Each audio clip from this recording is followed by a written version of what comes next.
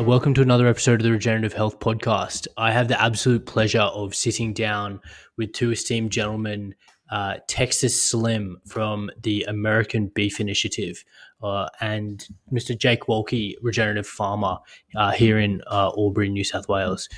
Gents, thanks for coming on.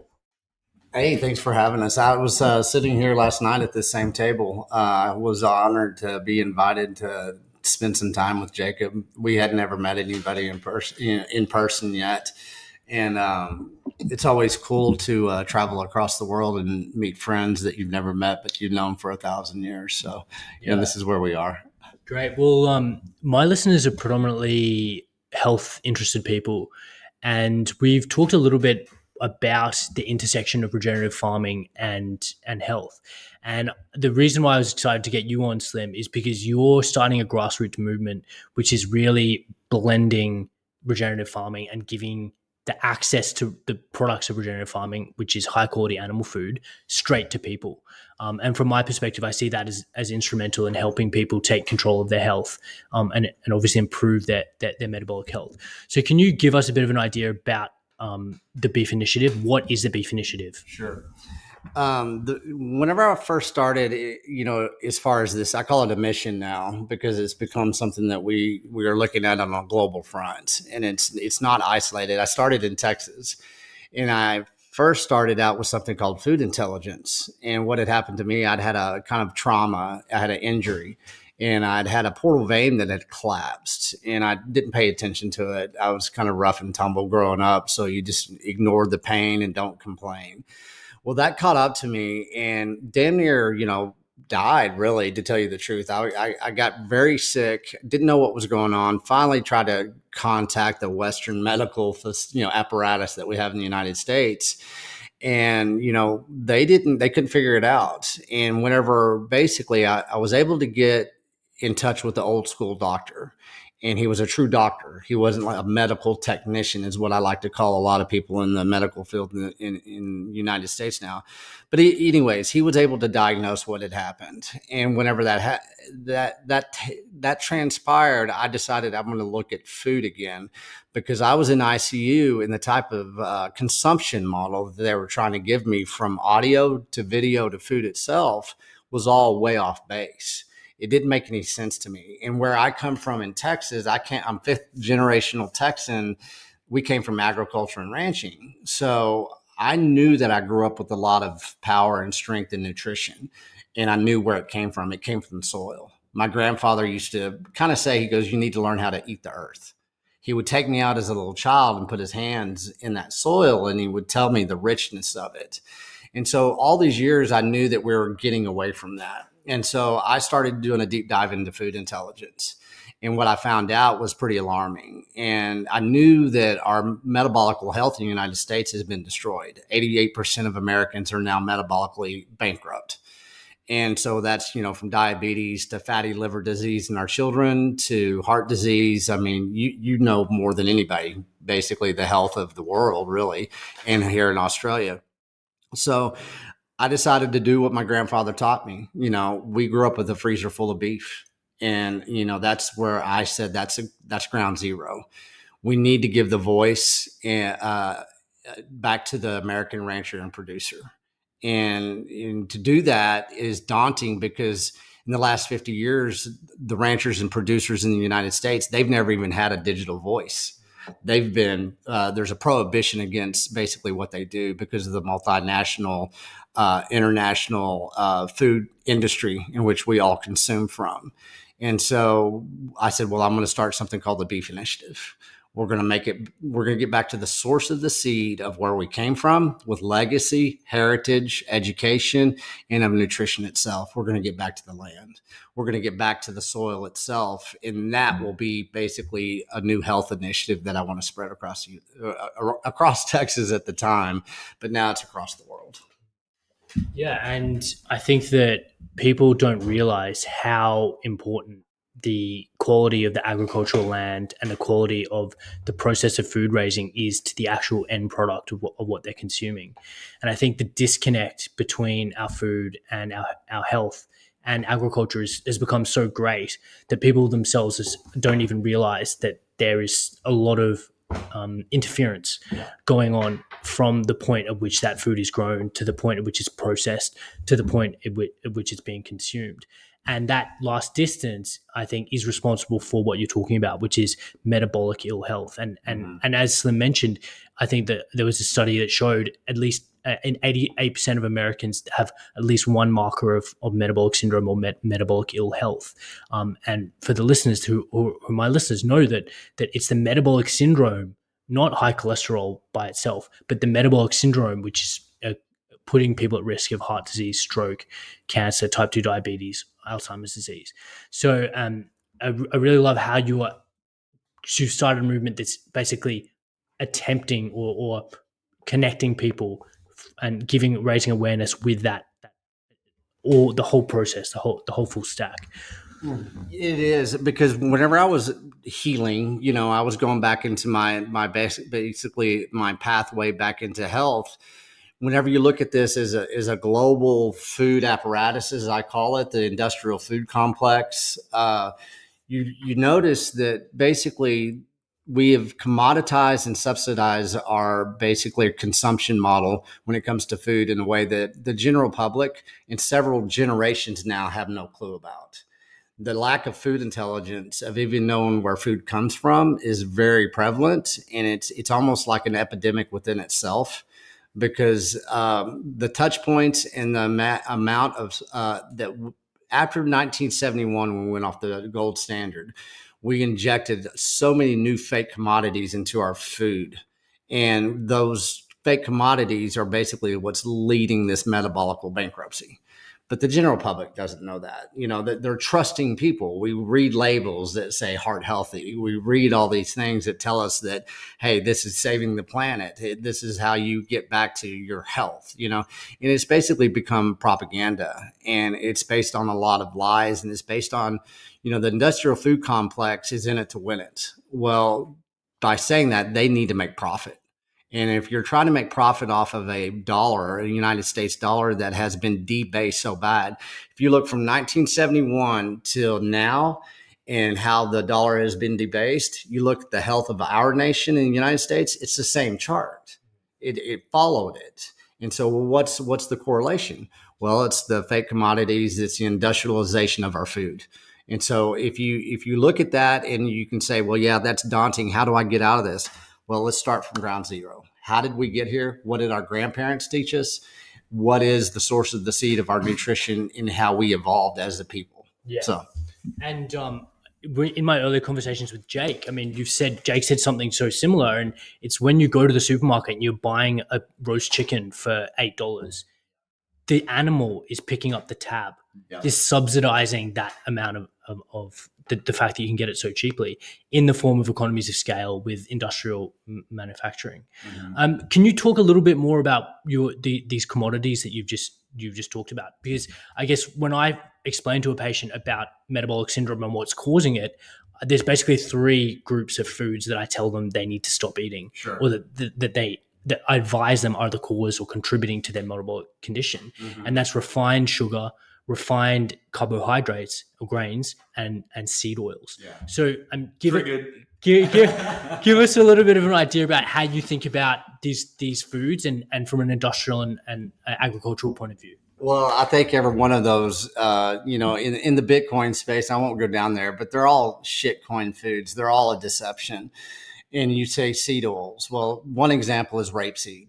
It's canola oil. That's something they really got moving hard in the 70s and 80s was canola oil, because they said that animal fat made you have heart attacks, cholesterol, blah, blah, blah. So they said, hey, vegetable oil. They call it vegetable oil. It's not a vegetable. It's a weed.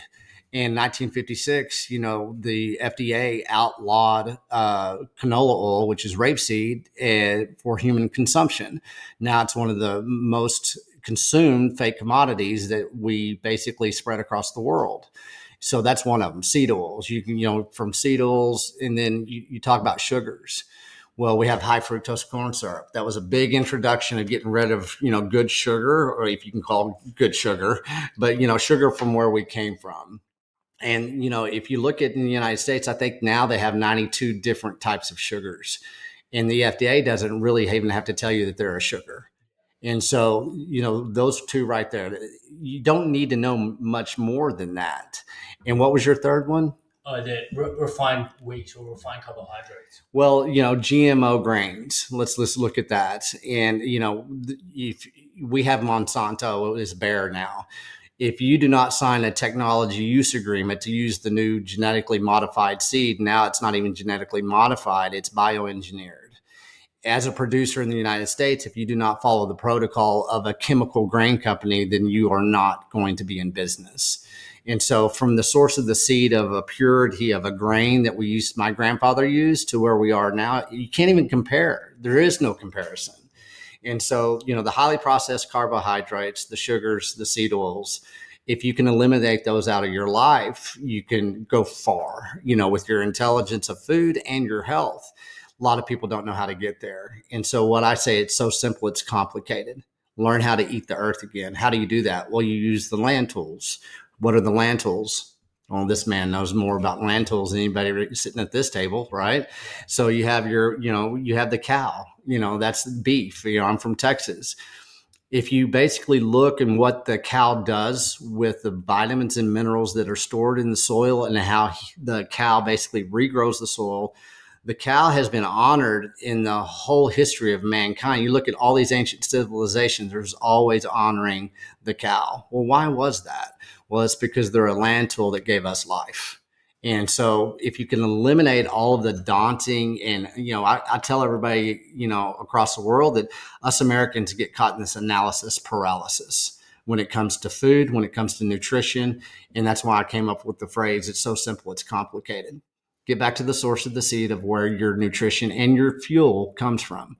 Where is your energy really coming from? It's coming from the soil. The cow is your land tool.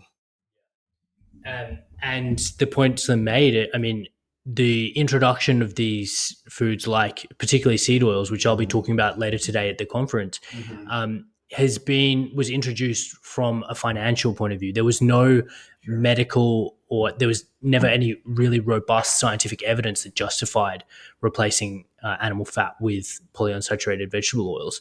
But it just seems like that policy was enacted in the 1950s in the aftermath of President Eisenhower's heart attack, and a man called Ansel Keys ran with that idea, and it seems like it's just snowballed, and the consequences of that one act of demonizing animal fat and stipulating the introduction of seed oils has just had all these reverberating consequences in terms of the low-fat diet, people starving for high-quality energy and then finding carbs and finding other sugary foods to kind of fill that nutritional gap that their body is needing.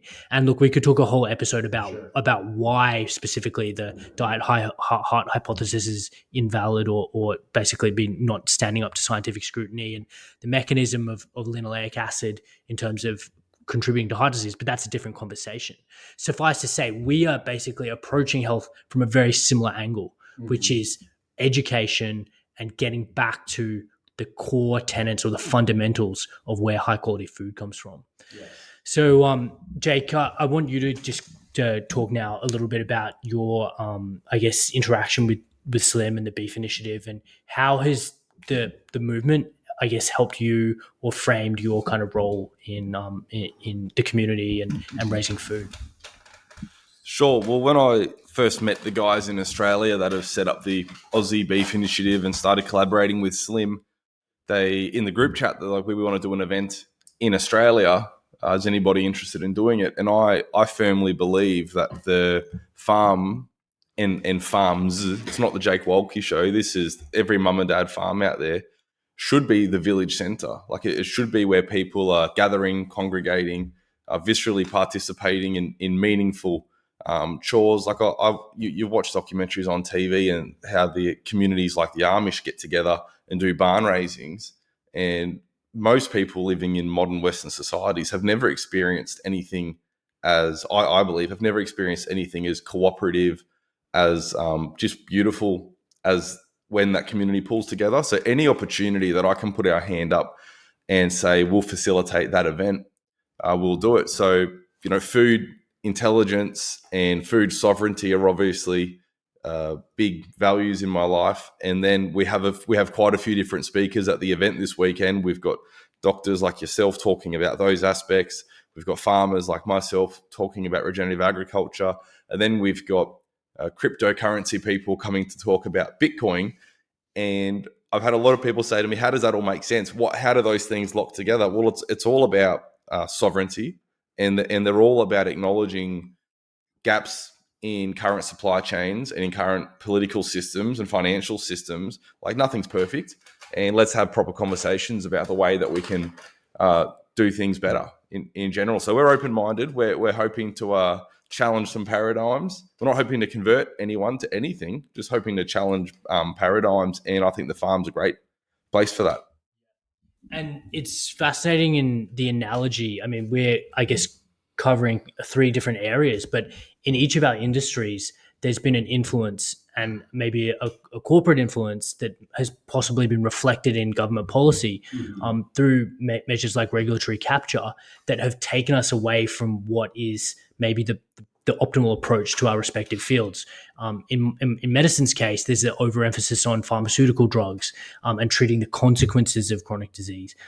In the case of animal agriculture, Jake, I mean, the focus on inputs, on fertilizers and herbicides for cropping or intensive animal feedlotting instead of regenerative grazing. And Slim, as you talked about earlier, there's been problems with the money, and maybe even that's underlying. Is that what you're saying? That's possibly even underlying the whole process.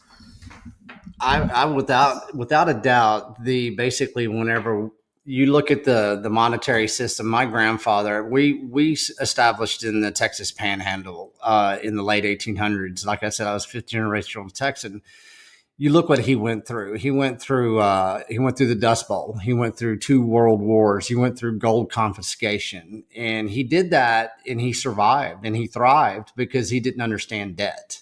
He didn't know what debt was. You know, it was a handshake. It was the honesty. It was the purity of a man's word, right?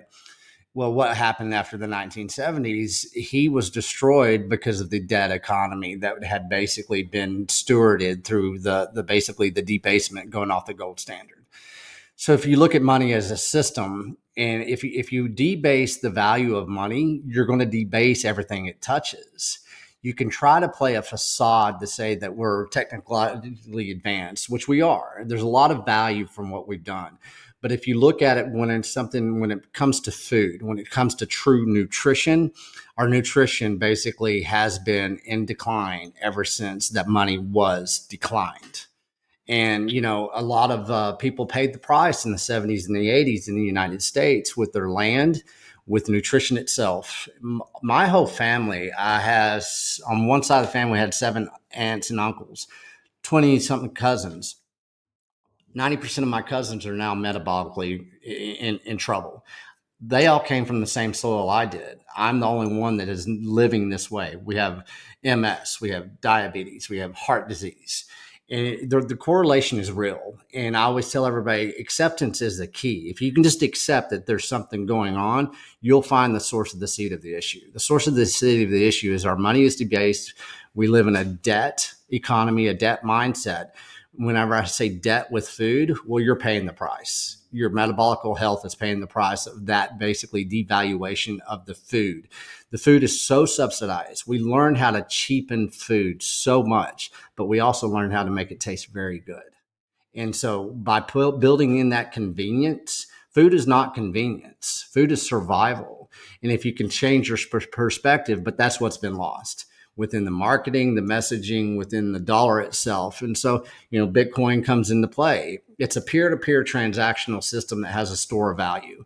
It's a new form of technology. It's a tool. It's a new tool set that the ranchers can use. Because I always ask in the United States, hey, rancher, producer, where's the value of the cow? What do you mean? Well, the value of the cow used to be in the cow, or it used to be in the land itself. Well, now the value of the cow and the land is in the USDA insurance policy. And so why did that happen? Well, it's because we've subsidized ourselves out of value. So Bitcoin's, you know, a tool that helps us bring back that mindset. It's also decentralized. Decentralize your money, decentralize your food, decentralize your nutrition, Do it with sound relationships that you build by meeting producers and ranchers.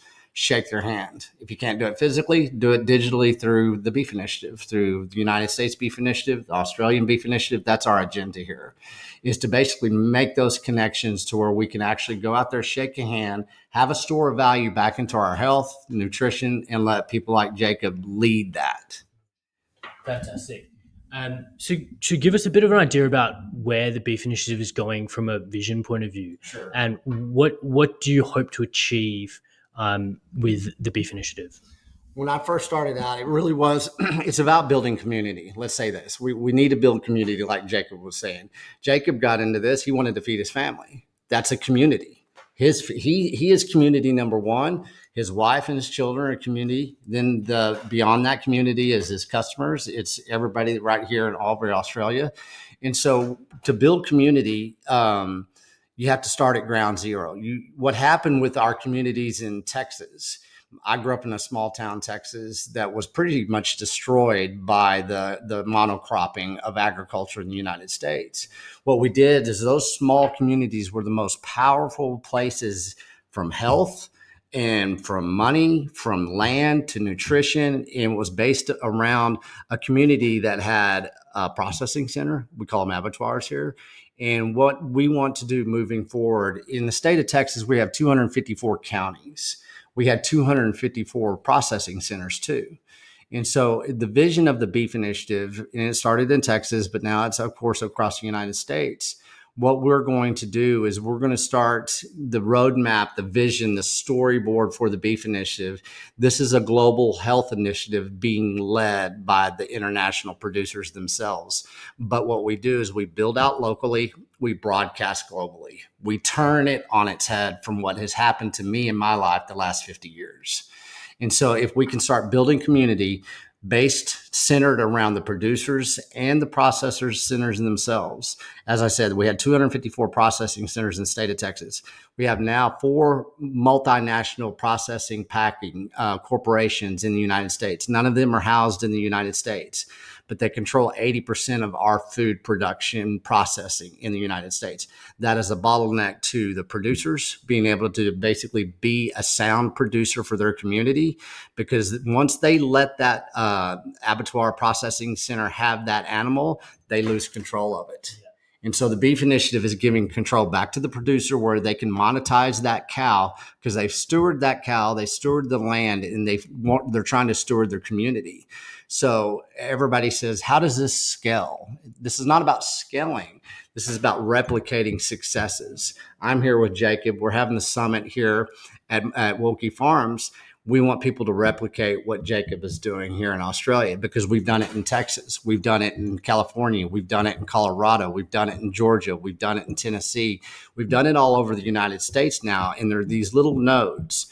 And so if we can get everybody paying attention to understand that this is an international health initiative being led by the international producers themselves because they're rebuilding their communities. And if we can scale that part of the replication, where we're scaling replication.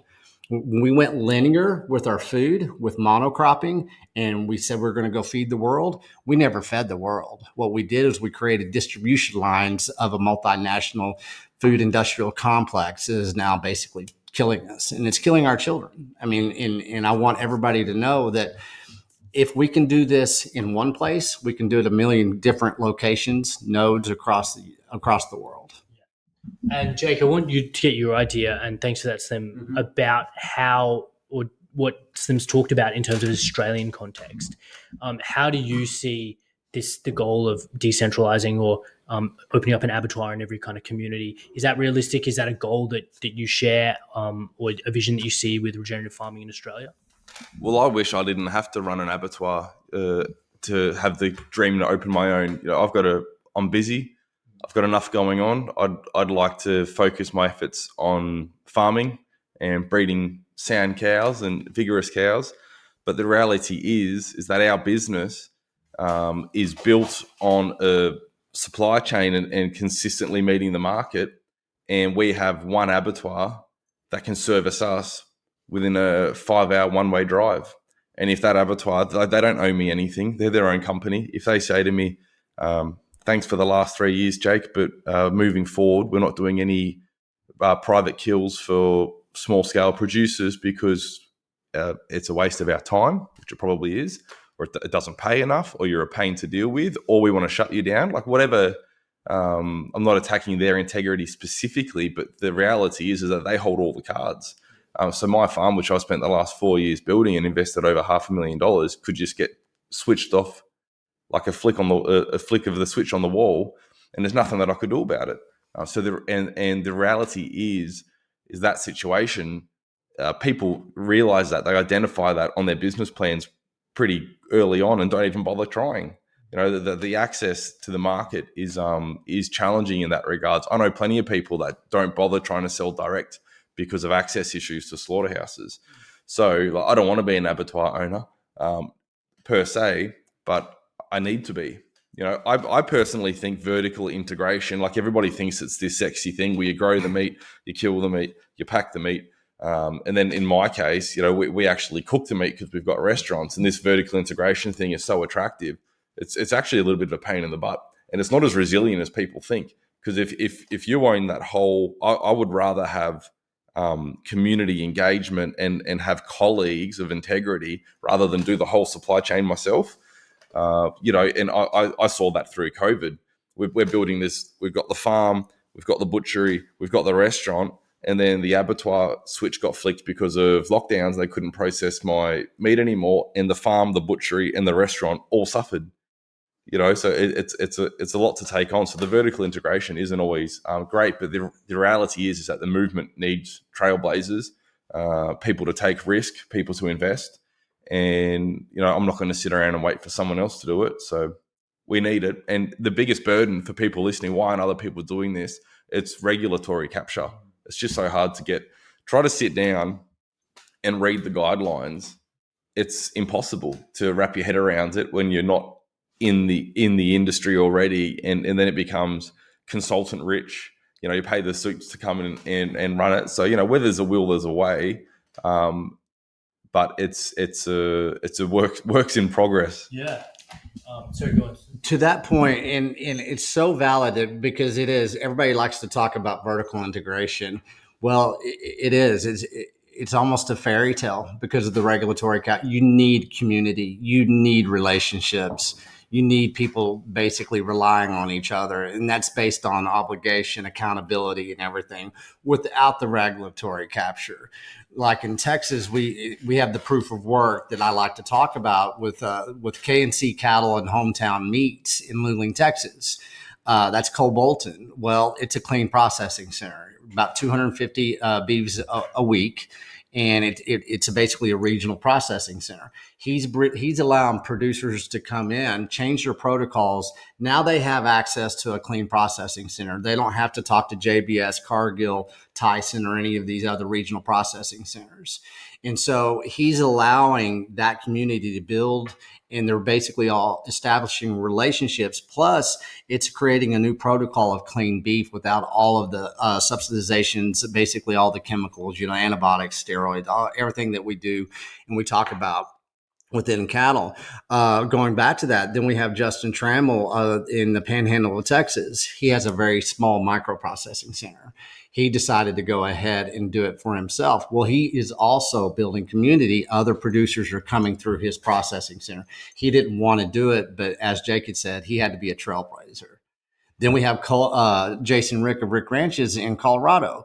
He has no indication. He's not going to go out there and open up a processing center. He's a smaller producer. He stewards 4,000 acres of land. He only owns less than 400 acres of land. He has 200 head of cattle. He has a very good relationship with this local abattoir, and he's very okay with that. And so every region of the world or the United States or here in Australia is always going to have a different type of scenario, but you have to do it building with the mindset of building community and now those relationships. Whenever you have a multinational processing packing corporation that does not have your interest, that is not a relationship. They can turn the light switch off just like that and shut you down. That's what we have to work and circumvent around of. Not everybody's going to open up their own processing center, but there's going to be people out there that that's all they do is open up a processing center, and they're going to have very good relationships with people like Jacob. So there, it's very, you tend to generalize this. We can't generalize this. We have to look at each community in a different way, see what is special about that community, where are the pain points, identify, and then move forward with the education, not the consulting, because the consulting is what gets us, in trouble. Yeah. I mean, as someone who doesn't know anything about agriculture or is curious might think, how did we get to a point where this supply chain is so controlled? And how did we get to a point where there's so many regulations that seem to be obstructing common sense? Things like processing your animals locally. So, I mean, maybe Jake first and talk about the Australian context, and then Slim talk about the American context. Where does this regulation come from? How did it come in place? And how do you think it's stopping us from actually making progress? It's such a rabbit hole, how we got there. But there's a few things that society's embraced that I think have really pushed the needle on that. One is we think in too short timelines now. So people want, they see the cheaper beef on the shelf and think, well, that is better for me because I saved $3 today. And there's no research into like why it might be cheaper. And that, those efficiency gains, there's tabs picked up somewhere, so efficiency is not always bad, or, automation in factories and like a lot of them are really great things, but always angling for efficiency. And the other thing is this liability mindset, everything, my wife's pregnant with our third child at the moment. And I've been on Twitter talking about it a little bit. And then I post some media about my sons, my very healthy 5 and 2-year-old sons, and the amount of the lack of food intelligence that is wrapped up with this liability, poverty mindset. I'll give you an example. Pregnant women shouldn't eat honey, raw honey. Like that's you visit the doctor and they say, well, you're not eating any honey, are you? Or make sure you're not having eggs with runny yolks. It's like, these are foods that we've been eating forever, and they're highly prized foods. Like why a runny egg yolk isn't bad for a pregnant woman. A bad egg yolk is bad for a pregnant woman. So why do we have so many bad egg yolks that we need to pasteurize them before we eat them? They're coming out of sheds. And so we've got this poverty. We've got this, we're just so liability centric. We want to fix it with a pill. We want a quick fix. We don't want to let anyone suffer. Everything needs to be sterile. We're not interested in healthy sanitary systems. We want sterile liability absolve systems. And so I think that they're just underpinning currents, that those, I don't know if I'm saying it right, but just those motives that aren't necessarily sinister in themselves. Like you don't want to be liable for bad advice. I don't want to be liable for making someone sick. But then you actually look at the reality of it. I know dozens and dozens of farmers that every year they go out in the paddock and they shoot a cow in the dirt and they pick it up on the rusty tractor tines and they slaughter it in the field with knives they probably didn't wash since last year, and they've never been sick. They spend the next 12 months eating this.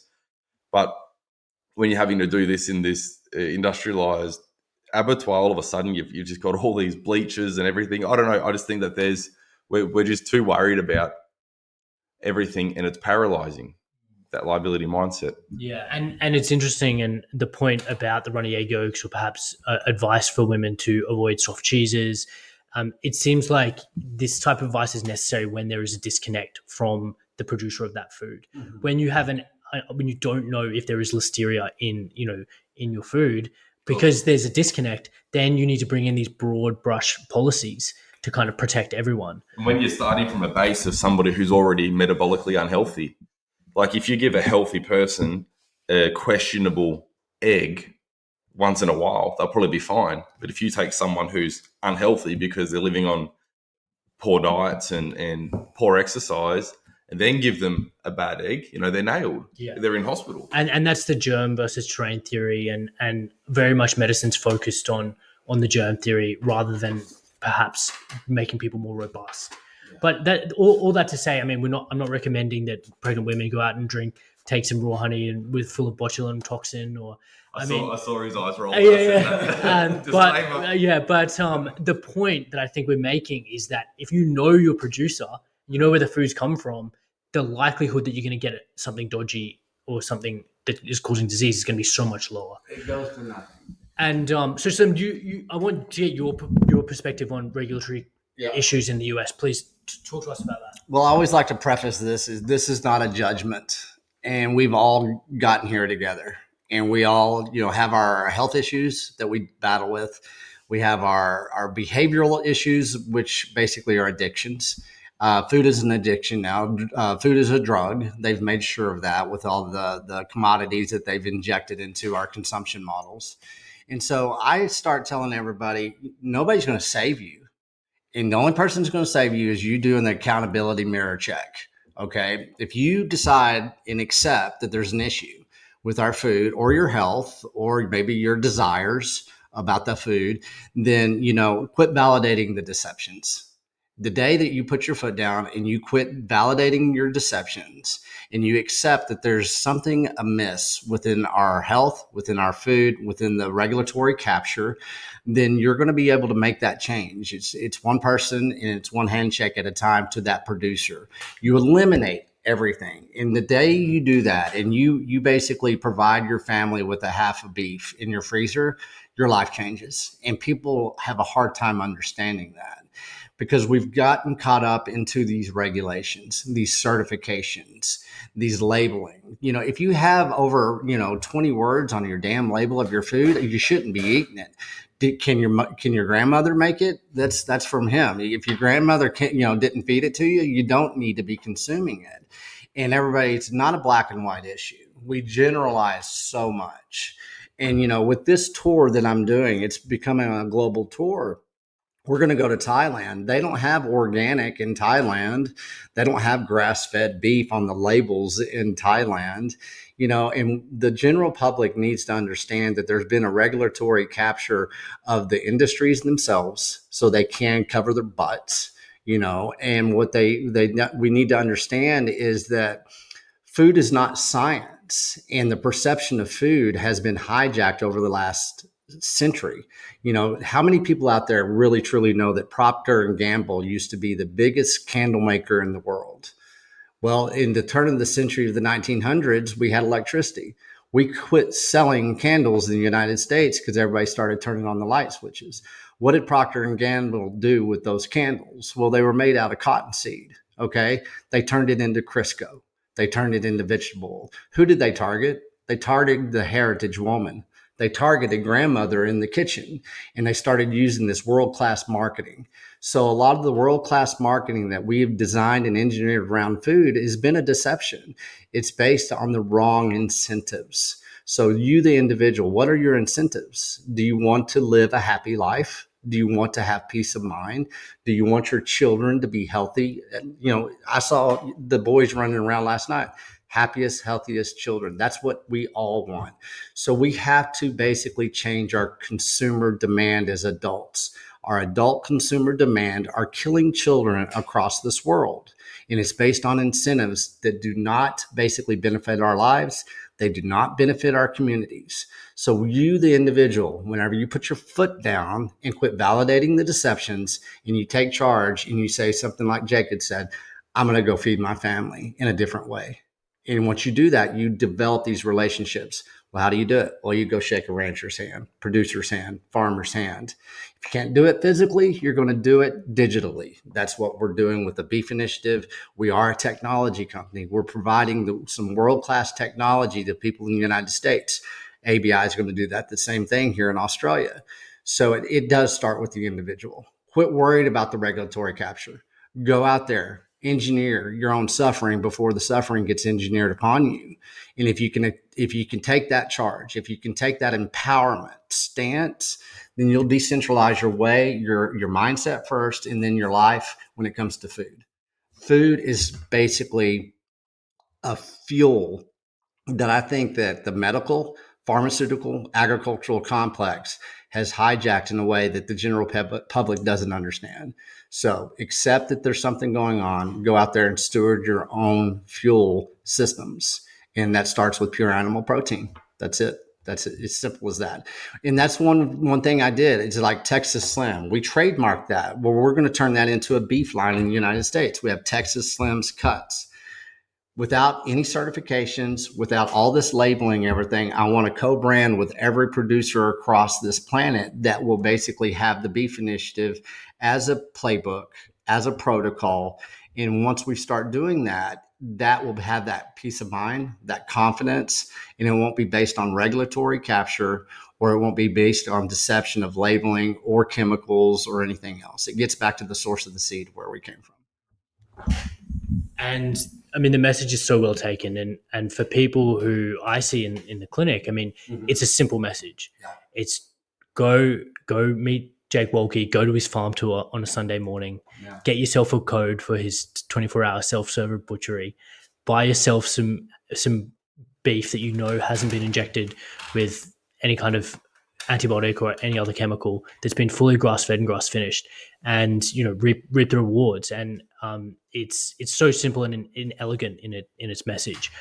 One thing I want, and this is what I've learned over the last 3 years, people think it's a black and white issue. This is not. There's a lot of gray areas, and it's a rabbit hole, as Jacob said. If you can only do it once a week, have a steak dinner, have animal protein once a week with your family. Do it once. Sit around this table and just do it once a week and see where that leads.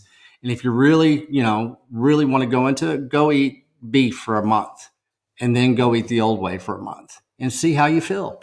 It's results driven. What are the results? And then look at your pocketbook, look at your health, look at your family, look at the laughter of your children, look at your relationship with your family, with your community, see what changes, and then put more energy into what changes in the positive. Everybody wants to look at studies. Yeah. They want to look at influencers. They want to read the data. And the reality is only you can decide how you feel.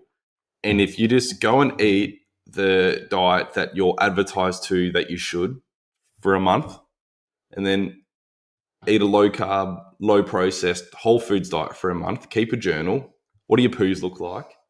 How do you feel? How's your acne? Make your mind up for yourself. If it's not for you, it's not for you. I think people get way too hung up on the data and the studies, and I'm starting to label myself as a bit of a heretic with all this because it distracts people from the fact that you can actually close your eyes and you can actually feel how you feel, and no one can take that away from you. Yeah, and I say that in my medical consult, is that the subjective feeling of health of a patient is so important. Mm-hmm. And when you're feeling energized, if you're waking up in the morning, you like a light switch, you have energy throughout the day, you're not napping, you're feeling happy, you're feeling joyful. I mean, your mitochondria are functioning well. Your energy, your cells are performing at a high level. I mean, you're dialed. So we can outsource the information about what to eat to guidelines, nutritional guidelines, which, as Texas Slim has said, have been influenced by companies and influenced in such a way that the incentives are not aligned with yours. Or you can take that back and listen to that internal wisdom and use whole food eating. I mean, carnivore if you want to, or just any type of mixed diet. It's fine. Just make sure your ingredients only have one ingredient in it. Right. I mean, and I really love the fact that it isn't, as you said, black or white. And behavior change, especially in general practice, is a process of guidance. Yes. It's not a didactic process. It's not instructive. It's really offering people options and explaining them the options of likely outcome of taking different options. Yeah. So, I mean, I think that's really great advice that people can definitely take away. And one thing, and I found this out with myself as well, whenever I really started getting into food intel. I come from research analysis in my professional career. I started when I was 19. But what I found out being from big tech and working in telecommunications, the individual really needs to look at their consumption model. What is their consumption model? Audio, video, food. They're all correlated. If you can separate your consumption model in a decentralized way where you're not relying on these centralized marketing media campaigns, that is a step that you need to go into if you're just now going into food intelligence. Your consumption model matters. What you're hearing, what you're seeing, and what you're consuming. And I don't think people really understand that. The correlation in the large impact that does have on our spirit, has on our soul, has on our desires. And so it's fun to change your consumption model. Hand me that book right there. Instead of, some bullshit, Netflix, go read this book. This is based on genetics of cattle. This is a fascinating breed that Jacob has. I come from Longhorn and Angus country. He comes from, can you say that? Nguni. Thank you. I don't want to butcher it, but one of these days. But Nguni, this is a consumption model. Go learn about cattle. Go learn. It's a lifestyle. It's an international lifestyle that people are yearning for that they don't understand yet. Change your desire when it comes into entertainment. Make basically the Beef Initiative, Australia Beef Initiative, Wolki Farms, make it the lifestyle of your family. Jacob wants to basically educate. He wants to bring people to his land, his farm. That's what he's doing tomorrow. We're going to have a summit. Make that your lifestyle. That's your consumption model. Once you do that, you find happy. It's not Disneyland's over with. Okay, we're going to create a new Disneyland, and it's going to be based in Disneyland. Wolki World. Right. I love it, and we're really talking holistic health now. Yes. Because as Slim's just given you, he's given you a blueprint for holistic mental health, emotional health, and one in which where you're not outsourcing your attention to things that you can't control. Yeah. So I love the holistic aspect to it, because this is what we often try to explain to patients, and we don't always have time to. But your well-being is a factor of more than just your diet, and your psychological diet, as you say, in terms of your news sources or your information input, has such a bearing on your stress level, your cortisol level, and your enjoyment of life and subsequent your health. So, that's a very good point. So thank you very much. Yeah. I'm mindful of time, gentlemen, and we're both, everyone's got something on. We've got a very busy couple of days coming up with the Beef Initiative conference. So I'd just like to get some closing thoughts. Jake, from you first. Well, if I can talk about the Nguni cattle for just a moment, and I know this is our third chat, and it's the third time that they've been brought up, but they are something that I'm passionate about. People are understanding that they are what they ate. So it's not just about eating beef or eggs. It's about having beef from an animal that was grass-fed on high-quality pastures.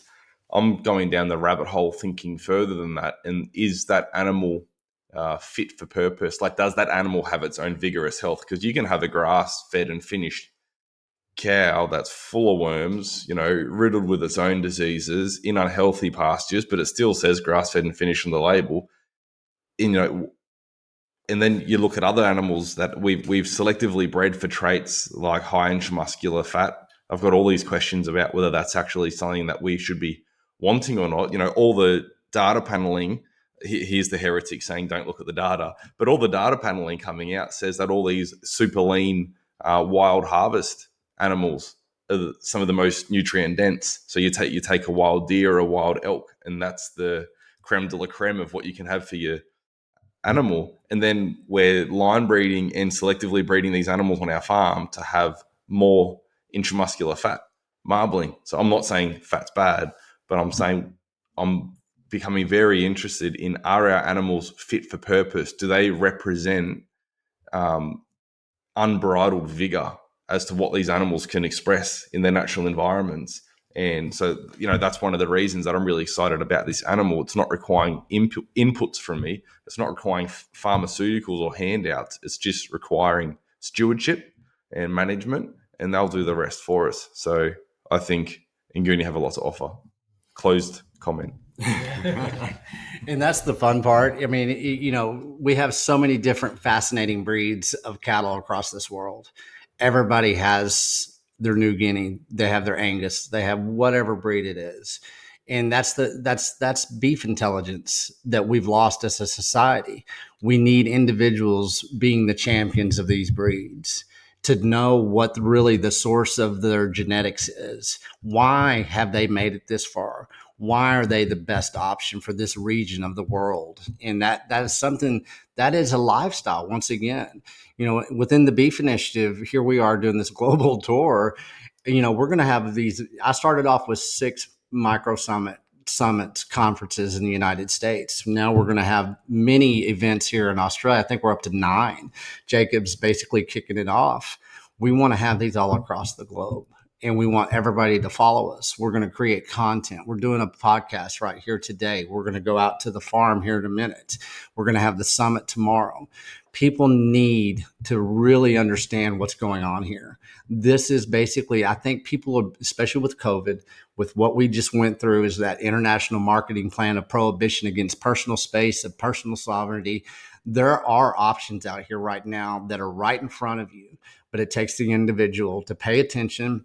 We're going to lead the way, and we're going to go out there. We're going to rebrand what is basically empowerment, what is nutrition, what is food intelligence, and what is beef intelligence.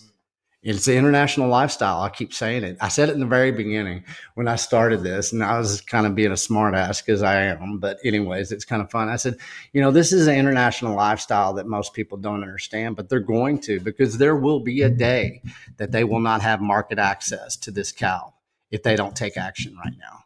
And that's what people need to understand. We can all get in these circle jerks about seed oils and about, what have they done in the past. But before we started this podcast, you said paint a vision. The vision is that every individual goes out there and they find that type of lifestyle that we're proposing, because it comes from the past. It comes from our ancestors. It comes from our heritage. It's a legacy that you can leave your children. That's what Jacob's doing. That's my why. I want to leave a legacy to my family that basically is 100-year plan. And if everybody can take that ownership, there's a pathway there. There is a gateway that we're opening up. In the United States, we basically started with 3 producers. In the very beginning, we opened up 3 gates. Well, now we're over 140 producer ranchers across the United States. Let's go open up another 1 million gates across this world. But it takes everybody that's watching this podcast to share, to talk about it, to be bold about it, and to basically step up and start basically stewarding a new generation of children across this planet that will basically be proud to know what we're talking about today. Yeah, and when I think to healthy populations, I mean, in medicine and epidemiology, we look at like the Amish, we look at certain distinct cultural groups, and they have a cultural framework that in which permits good health. Yeah. And they have a set of values and they have a set of beliefs, and it's all tied together. And the health of their food and the health of their bodies becomes a consequence of that cultural environment. 100%. So what I'm hearing is that the Beef Initiative is giving people a cultural framework that they can import no matter where they live, in order to follow these precepts or these tenets, and then health will flow, because you're going to be eating nutrient-dense animal foods and animal fats. You're going to have a low insulin environment. You're going to be eating a low carb or carbohydrate restricted or carnivore type diet. Health is going to be an inevitable consequence of adopting the type of principles that you're suggesting. Yeah. So I love it, and I think that's a really powerful thing. Gentlemen, any closing thoughts? Eat raw honey. Thanks, Mr. Wolki and Tex. Let's get on board. Anybody that's listening to this podcast, I'm basically soliciting for Jacob to come with me to Nigeria. Nigeria, there's so much of a population in Africa that are part of the global beef industry that we can basically help out, and they can teach us. Where does this breed of cattle come from? It comes from Africa, and so let's make this a global initiative. We build out locally, we broadcast globally. Everybody, this is a call to action to everybody. This is not entertainment. This is as far as, this is not Netflix. This is not a marketing plan.